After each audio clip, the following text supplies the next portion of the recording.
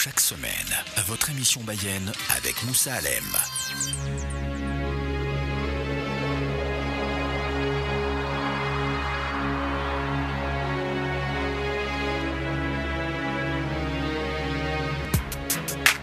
Le 13 septembre 1993, la poignée de main entre Yasser Arafat et Yitzhak Rabin sur la pelouse de la Maison-Blanche aux États-Unis suscitait l'enthousiasme international. Le conflit entre Israël et les Palestiniens allait enfin être résolu et un accord de paix définitif serait rapidement trouvé qui déboucherait sur la coexistence de deux États.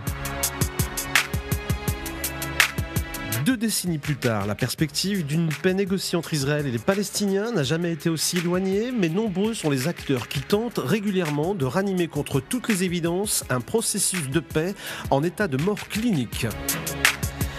Dans son dernier ouvrage, La Palestine d'Oslo, Julien Salingue, docteur en sciences politiques, nous propose non pas une étude de l'ensemble des dimensions du naufrage, du processus de paix, il s'agit de se concentrer sur une thématique trop souvent ignorée, l'échec de la construction de l'autorité palestinienne comme pseudo-appareil d'État intégré au sein du dispositif de l'occupation israélienne. Pour évoquer ce sujet brûlant, si je puis dire, nous recevons aujourd'hui dans votre émission Bayenne, dans laquelle je vous souhaite la bienvenue, mesdames et messieurs, Julien Salingue. Ses recherches portent sur les dynamiques économiques, sociales et politiques dans les territoires palestiniens. Il a notamment publié en 2011 à la recherche de la Palestine aux éditions du Cygne et co-dirigé en 2013 Israël, un état d'apartheid aux éditions L'Harmattan. Bayenne avec Moussa Alem, votre zone d'expression populaire. Et pour entrer dans le vif du sujet, Julien Salingue, bienvenue, merci de nous accorder cet entretien. Vous venez de publier La Palestine d'Oslo aux éditions L'Harmattan, mais avant d'aller plus loin, je voudrais que l'on pose un cadre ensemble, s'il vous plaît, et commencer d'abord par présenter les Palestiniens, autrement que ce que nous présentent les médias dominants, à savoir qu'ils ne sont pas soit terroristes, soit victimes. C'est un élément essentiel à avoir en tête. La société palestinienne est une société qui existe depuis des siècles, que l'État d'Israël entreprend de détruire méticuleusement depuis plusieurs décennies. Et c'est pour ça que c'est essentiel d'avoir à l'esprit qu'on parle bien d'une société et pas juste d'un conglomérat de gens dont certains résisteraient et dont d'autres ne résisteraient pas. On parle d'une société avec sa cohésion, avec sa culture, avec sa vie, avec sa vie économique, sa vie sociale, etc. Et c'est important d'avoir ça à l'esprit parce que les Palestiniens ne sont pas juste soit des victimes, soit des résistants. Les Palestiniens sont des gens comme vous et moi qui revendiquent des droits, sauf qu'ils en revendiquent un peu plus que nous. Eux, ils revendiquent des droits que nous on a obtenus, paraît-il, notamment le droit à l'autodétermination et à la souveraineté, mais aussi ils revendiquent des droits économiques et sociaux et des droits humains tout simplement. Et je pense qu'il faut toujours avoir ça en tête parce que sinon on a tendance à les déshumaniser et finalement à oublier qu'on parle d'une société comme une autre qui n'a pas le droit au même droit que les autres. Et du coup, si on oublie ça, on les soutiendrait juste parce qu'ils sont opprimés. Oui, ça peut donner une solidarité qui est un peu, le mot est fort, mais misérabiliste, c'est-à-dire se dire « Oh les pauvres ils n'ont pas de droit, on va les aider ». C'est pas juste ça, c'est nos égaux, ces gens-là. Et donc ils ont les mêmes droits que nous et on n'est pas juste dans une démarche de solidarité dans le sens sympathie. On est dans de la solidarité politique, c'est-à-dire qu'on se considère comme des égaux et qu'on travaille côte à côte finalement contre eux, non seulement l'État d'Israël, mais finalement l'ensemble des dispositifs qui privent les peuples du monde entier de la satisfaction de leurs droits, que ce soit leurs droits nationaux ou leurs droits démocratiques et civiques. Vous disiez dans votre intervention que le blocus, pour ne parler que du blocus de Gaza, dont tout le monde pense qu'il a commencé en 2006, vous dites, vous, et c'est aussi le sujet de votre thèse, les accords d'Oslo, vous dites que tout cela a commencé pendant les accords d'Oslo. Ce qu'ont créé les accords d'Oslo, c'est sous l'illusion d'une dynamique allant vers une paix négociée, la création de cantons palestiniens auto-administrés avec une administration indigène, donc palestinienne, dans des zones évacuées par l'armée israélienne. Mais en fait, ce que préparaient finalement les accords d'Oslo, c'était la ghettoisation de la société palestinienne qui a débouché de la manière la plus visible avec la construction du mur à partir de 2002. C'est-à-dire qu'Israël a évacué certaines zones parce que la première intifada avait prouvé que l'État d'Israël ne pouvait plus contrôler et policer au quotidien la société palestinienne. Et finalement, la solution qui a été adoptée par la puissance coloniale est une solution assez classique dans l'histoire du colonialisme, c'est-à-dire de se dire si on ne peut pas être dans le colonialisme direct, on va être dans le colonialisme indirect. Donc on va évacuer partiellement les zones, on va donner le pouvoir relatif à une administration autochtone qui reste sous notre contrôle. Et finalement, ce qui arrive à la bande de Gaza aujourd'hui, c'est la résultante résultante de cette ghettoisation. C'est-à-dire qu'on a cantonné les Palestiniens dans des zones clairement délimitées. Et à partir de là, même si on ne fait pas la police directement à l'intérieur, quand on estime qu'ils vont trop loin, c'est-à-dire quand ils osent faire preuve de dignité, on peut aller les taper assez facilement, a fortiori quand il n'y a plus de colons à l'intérieur, comme c'est le cas dans la bande de Gaza, où ça peut donner lieu à des bombardements de masse qui n'existent que depuis que la bande de Gaza a été évacuée en 2005 par les colons et l'armée. Pardon pour la provocation de la question, mais vous avez l'air de dire que c'était mieux avant. On pouvait se balader finalement, c'était certainement occupé, il y avait toujours les militaires, mais du coup on pouvait aller de Cisjordanie à Gaza par exemple. On pouvait aller de Cisjordanie à Gaza, on pouvait aller à Tel Aviv quand on habitait à Hébron, on pouvait aller avec sa famille à la mer. Donc par certains aspects, et les Palestiniens sont les premiers à le dire, c'était mieux à l'époque de l'occupation. Par d'autres aspects, nettement moins, c'est-à-dire que à l'époque de l'occupation, c'était les autorités coloniales qui directement géraient l'enseignement, les hôpitaux, etc. Donc, bon, le fait que ce soit confié à la population palestinienne, à l'administration palestinienne, ça a permis de lever certains verrous, mais dans la réalité de la vie quotidienne des Palestiniens, du temps de l'occupation, il n'y avait pas de checkpoint, il n'y avait pas de mur, il n'y avait pas toutes ces choses-là. Ils étaient sous occupation directe. Et finalement, pour aller au-delà du ressenti et du vécu des Palestiniens, finalement, ce qui existe aujourd'hui est assez pervers, c'est-à-dire que c'est une occupation déguisée. C'est-à-dire que les accords d'Oslo n'ont pas mis fin à l'occupation, mais ont réorganisé l'occupation. Et donc on a une pseudo-autonomie qui n'en est pas une, et une population qui finalement vit toujours sous occupation indirecte, voire directe, de l'armée israélienne, et qui, pour autant, ne peut pas bénéficier d'un certain nombre de droits dont bénéficieraient les populations qui sont sous occupation. Par exemple, normalement, c'est la puissance coloniale qui est en charge des droits sociaux, de la santé, de toutes ces choses-là. Aujourd'hui, grâce au dispositif d'Oslo, l'État d'Israël peut dire c'est pas à nous de gérer ça, c'est aux Palestiniens de le faire, avec les conséquences qu'on peut voir tous les jours. Nous allons continuer à poser le cadre, si vous le voulez bien, pour être très pédagogique par rapport à celles et ceux qui nous écoutent. Les torts sont-ils partagés ? Il y a deux niveaux dans cette question. C'est-à-dire que la situation générale est une situation coloniale assez classique, avec une puissance occupante, un peuple occupé, et un déni de droit vis-à-vis d'un peuple, et un abus de droit de la part d'une puissance occupante. Ça nous permet surtout de dire ensuite, oui, on est pour deux États, etc. Voilà, mais c'est pour ça que je dis qu'il y a deux niveaux. C'est que globalement, il n'y a pas de discussion. C'est-à-dire c'est comme si on avait dit en Algérie ou au Vietnam, est-ce que les torts sont partagés ? Bien sûr que non, les torts ne sont pas partagés. Ça, c'est le premier niveau, ce qui implique que les droits sont du côté des Palestiniens et que donc il n'y a pas de discussion sur des compromis sur les droits. Les droits ne sont pas négociables. Donc en ce sens-là, les torts ne sont pas partagés. Après, il y a un deuxième niveau qui est qu'il ne faut pas tomber non plus dans le manichéisme et de penser que tous les Palestiniens seraient des gens respectables, convenables, qui lutteraient pour les droits nationaux des Palestiniens. Si l'État d'Israël peut maintenir son dispositif d'oppression et d'occupation, c'est parce qu'il a réussi à coopter au sein de la population palestinienne et au sein du mouvement national palestinien des cadres, des dizaines, des centaines, des milliers de gens qui ont accepté volontairement ou involontairement, de faire le sale boulot. C'est ça qui est assez dur aujourd'hui pour les Palestiniens, et ça rejoint la question de Oslo, c'était mieux avant ou pas. C'est que des Palestiniens aujourd'hui vous disent, aujourd'hui on fait face à deux adversaires. Avant il y en avait un, c'était l'État d'Israël. Aujourd'hui on fait face à deux adversaires, c'est l'État d'Israël, et c'est ceux qui acceptent de collaborer au quotidien avec l'État d'Israël en faisant la police dans les territoires palestiniens, aux côtés souvent de patrouilles israéliennes. Voilà, il faut s'imaginer qu'au quotidien, dans les territoires palestiniens, vous avez des patrouilles conjointes en Cisjordanie avec des forces de sécurité palestiniennes et les services israéliens. Donc finalement, le dispositif ne peut se maintenir que parce qu'il y a eu une intégration au sein de l'architecture de l'occupation d'une partie de la direction palestinienne. S'il n'y avait pas eu cette intégration, la question se poserait différemment. Donc non, les torts ne sont pas partagés. Mais par contre, il y en a certains dans le camp palestinien qui jouent contre leur camp. Vous parliez de droit à l'instant, Julien Salingue, y compris le droit, pour paraphraser quelqu'un de célèbre, le droit pour Israël de se défendre. Le droit d'Israël à se défendre, c'est le droit du violeur à se défendre contre la victime qui réagit. Moi, je fais ce parallèle-là. C'est-à-dire qu'Israël est dans une agression permanente contre le peuple palestinien. Et dans ce cadre-là, les seuls qui ont le droit de se défendre sont ceux qui sont agressés. Reconnaître un droit d'Israël à se défendre serait reconnaître que finalement la position dans laquelle est l'État d'Israël est une position légitime et que donc la réponse des Palestiniens, la résistance sous toutes ses formes, serait une attaque contre l'État d'Israël. Alors qu'absolument pas. Ce sont les Palestiniens qui se défendent Les Palestiniens de Gaza, qui vivent sous blocus depuis 8 ans, avec des séquences récurrentes de bombardements, ne font que se défendre. Ils n'agressent personne. Les Palestiniens de Gaza n'ont pas la volonté de conquérir des territoires à l'intérieur de l'État d'Israël. Les Palestiniens de Cisjordanie n'ont pas la volonté de conquérir Tel Aviv. Les Palestiniens de Cisjordanie ou de Gaza veulent juste avoir leurs droits.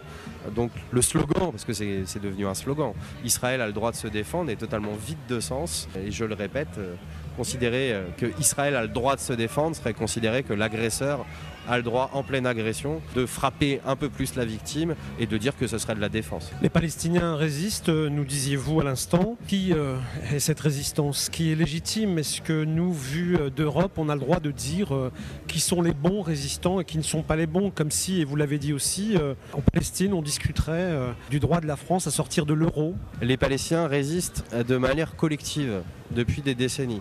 Et dans le cadre de cette résistance collective, ils se sont dotés de stratégies, d'organisations qui ont évolué avec le temps. Et on ne peut comprendre la situation actuelle que si on fait un bilan de ce qui s'est passé au cours des 50 dernières années pour aller vite. C'est-à-dire que pour prendre la chose de front, certains qui, y compris aujourd'hui, pensent qu'ils sont solidaires des Palestiniens, regrettent que le Hamas ait acquis la place qu'il occupe aujourd'hui.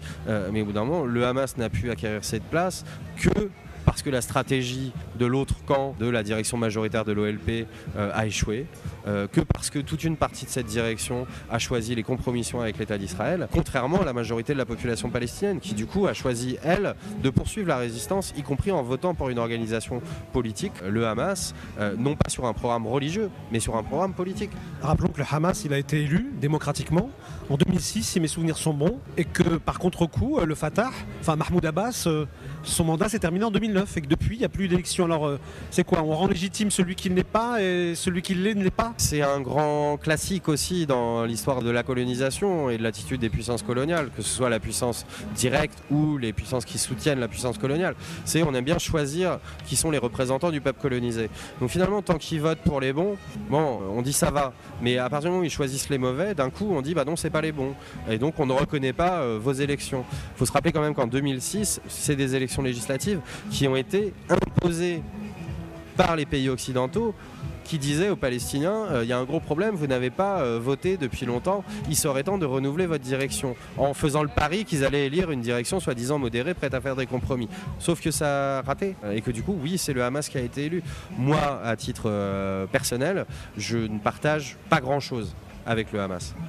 Mais vraiment, à peu près rien, même, aujourd'hui. Sauf que le point de départ de toute solidarité avec un peuple, c'est un, de reconnaître qu'il a des droits, et deux, de ne pas conditionner le soutien à ses droits à la direction ou la stratégie que ce peuple a choisi d'adopter. Pour conforter le cadre, on peut dire qu'il y a des points non négociables de départ?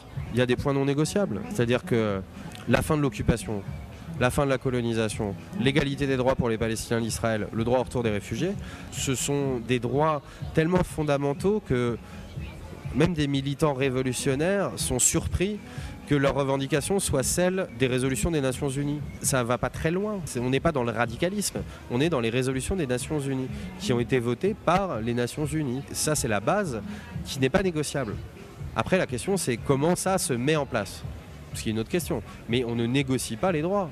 Les droits, on les applique. Après, on discute de l'application, mais on ne discute pas on va vous amputer un petit peu de vos droits ou beaucoup de vos droits, etc. Voilà, les Palestiniens ont des droits, et tant que ces droits ne seront pas satisfaits, il n'y a aucune raison qu'ils cessent de se battre pour les satisfaire, et il n'y a aucune raison que la solidarité cesse. Sauf que c'est compliqué, Julien Salingue, vous en conviendrez, parce qu'il n'y a pas que deux camps, il n'y a pas que Israël et les Palestiniens, il y a les pays arabes par exemple, avec lesquels vous n'êtes pas tendre. Le conflit entre Israël et les Palestiniens, ça cristallise plus généralement un affrontement à l'échelle internationale entre les puissances occidentales et leurs alliés régionaux et les peuples arabes qui revendiquent des droits démocratiques et le droit, entre autres, de gérer eux-mêmes leurs propres richesses. Parce qu'on parle d'une région. Alors la Palestine, c'est pas le cas, mais si on élargit à la région, c'est une région qui est riche, notamment en hydrocarbures, mais pas seulement. Donc derrière l'affrontement entre Israël et les Palestiniens, ce qui se joue, c'est quelque chose de beaucoup plus global. Et dans ce cadre-là, évidemment que l'État d'Israël n'est pas seul. L'État d'Israël est soutenu par les pays occidentaux parce qu'il est un allié utile. Il en a fait la démonstration par le passé des dizaines de fois, comme force de dissuasion ou comme force de répression, y compris à l'extérieur de ses frontières. Mais il y a aussi bien évidemment, les régimes arabes de la région qui jouent un rôle clé dans le dispositif de contrôle régional. Et si les pays occidentaux ont été aussi inquiets ou incapables de réagir à partir de ce qu'on a appelé les printemps arabes, l'hiver 2010-2011, c'est parce qu'ils voyaient un dispositif régional en train de se fragiliser tout de même, et que la stratégie des États-Unis, par exemple, par rapport à l'Égypte, était quand même assez frappante à ce niveau-là. On a joué un coup les frères musulmans, un coup l'armée, on ne savait pas trop, parce qu'il est essentiel pour les pays occidentaux d'avoir des alliés solides dans la région. L'État d'Israël en est un, les régimes arabes en sont un autre. Et finalement, ce qui guide les puissances impérialistes dans la région, c'est la stabilité, mais la stabilité d'un ordre injuste. Contrairement à ce qui motive les populations de la région, qui est une quête d'instabilité, finalement, pour plus de justice. On a mis à peu près une grosse quinzaine de minutes pour poser le cadre, pour revenir sur le bilan, triste bilan, le plus lourd depuis 1967 d'ailleurs, bilan de bordure protectrice. Comment rester optimiste ou pessimiste? Parce qu'on peut être les deux. Les éléments qui rendent pessimiste, c'est de se dire que l'État d'Israël s'est senti autorisé à aller aussi loin dans la brutalité et dans la barbarie, et qu'il a pu le faire dans le silence assourdissant de ce qu'on appelle la communauté internationale, qui n'a réagi que très timidement, et au bout de plusieurs semaines, une fois qu'il était établi qu'on était en train d'assister à un véritable massacre, le tout avec le soutien de la majorité de la population israélienne. Donc ça, c'est des indicateurs qui quand même sont assez inquiétants, ce sentiment d'impunité de l'État d'Israël. Le deuxième élément qui est inquiétant, c'est les dégâts que ça peut provoquer dans la population de Gaza, parce qu'il ne faut pas sous-estimer qu'au-delà des morts et des blessés, c'est des traumatismes psychologiques sur le moyen et le long terme. C'est une société qu'on détruit, mais y compris dans sa tête. On ne détruit pas juste ses infrastructures ou les gens physiquement, on les détruit dans leur tête. Vivre des périodes comme ça, récurrentes, de bombardement, où entre les deux, on a les drones en permanence et où on ne peut pas sortir d'une prison, voilà, ça crée des dégâts psychologiques majeurs dans la population palestinienne, et ça, c'est inquiétant. Après, les éléments qui sont moins inquiétants et presque rassurants et sur lesquels il faut s'appuyer, c'est de se dire que, les Palestiniens n'ont pas capitulé, c'est-à-dire qu'ils n'ont pas accepté le premier cessez-le-feu qu'on a voulu leur imposer aux conditions égyptiennes, qui était un accord de reddition. Voilà, ça, ils l'ont refusé. Donc il ne s'agit pas de dire que le deuxième accord de cessez-le-feu va régler tout, mais disons cette persistance, cette dignité, quand même symptomatique du fait qu'ils n'ont pas renoncé à abandonner leurs droits et qu'ils sont prêts à en subir les conséquences s'il faut se battre pour en satisfaire tout ou partie. Donc ça, c'est quand même un élément positif. Un autre élément positif, c'est le fait qu'il y ait eu une solidarité assez massive et visible en Cisjordanie avec la population de Gaza, ce qui est la démonstration que tout ce qu'on a pu nous raconter sur la division irréversible et irréparable entre la Cisjordanie et Gaza était faux. Le peuple palestinien est là, il existe, et qu'il soit à Gaza ou en Cisjordanie, quand les frères et les cousins sont agressés, on manifeste. Et ça, c'est un élément essentiel. Et puis le troisième, c'est la mobilisation internationale qui, par rapport aux précédentes interventions sur Gaza, a encore franchi un cran. Alors on est loin d'être capable aujourd'hui de mettre une réelle pression sur l'État d'Israël, mais la massivité des manifestations et le développement qui l'accompagne, de la campagne de boycott de l'État d'Israël, qui commence à avoir un vrai impact en Israël et de laquelle on s'inquiète en Israël, sont des éléments positifs qui montrent qu'on n'est pas impuissant face à ce qui se passe, que la condition, c'est que les Palestiniens soient toujours là et résistent, et ils sont là. Après, ils ne pourront continuer à le faire que si nous, on s'appuie sur leur résistance pour développer un mouvement de solidarité avec eux et de boycott de l'État d'Israël. Et aujourd'hui, il ne s'agit pas d'être dans le triomphalisme, loin de là. Le rapport de force est très dégradé, mais il y a des éléments qui permettent d'envisager l'avenir un peu plus sereinement qu'il y a quelques années, où vraiment on ne savait plus quoi faire. Et là, il y a quand même des pistes qui indiquent que c'est possible. Vous parliez à l'instant des manifestations qui même ont lieu en Israël. En revanche, ne pensez pas qu'on est monté un cran au-dessus, et notamment en France, puisqu'il y en a une qui a été interdite. Il y a une logique dans les positions du gouvernement français. Ça a commencé par une déclaration de soutien très nette à l'intervention israélienne contre Gaza, avec un communiqué de l'Elysée qui disait qu'Israël pouvait recourir à tous les moyens pour défendre sa population. Donc tous les moyens, allons-y, alors bombardons les écoles. Ce qui quand même était non pas une rupture, mais une inflexion politique assez significative de la diplomatie française, qui d'habitude essayait d'être un peu plus mesurée.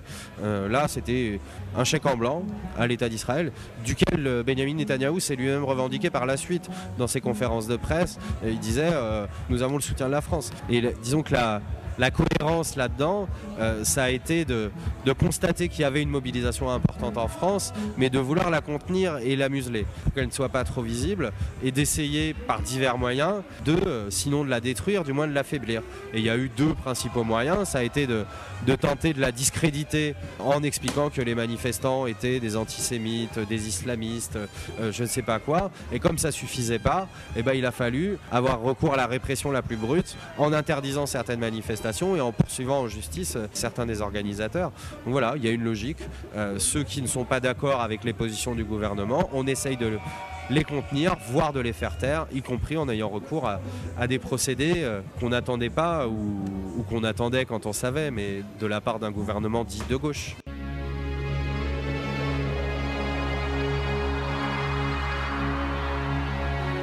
Merci Julien Salingue pour cet entretien, et afin d'aller plus loin, mesdames et messieurs, vous pouvez lire À la recherche de la Palestine au-delà du mirage d'Oslo, l'avant-dernier ouvrage et le tout dernier paru récemment, La Palestine d'Oslo de Julien Salingue aux éditions L'Harmattan. Julien Salingue, que vous pouvez également retrouver sur les réseaux sociaux, notamment Facebook et Twitter, tout comme pour votre émission Bayenne, que vous pouvez réécouter à l'envi sur www.bayenne.fr, www.bayene.fr.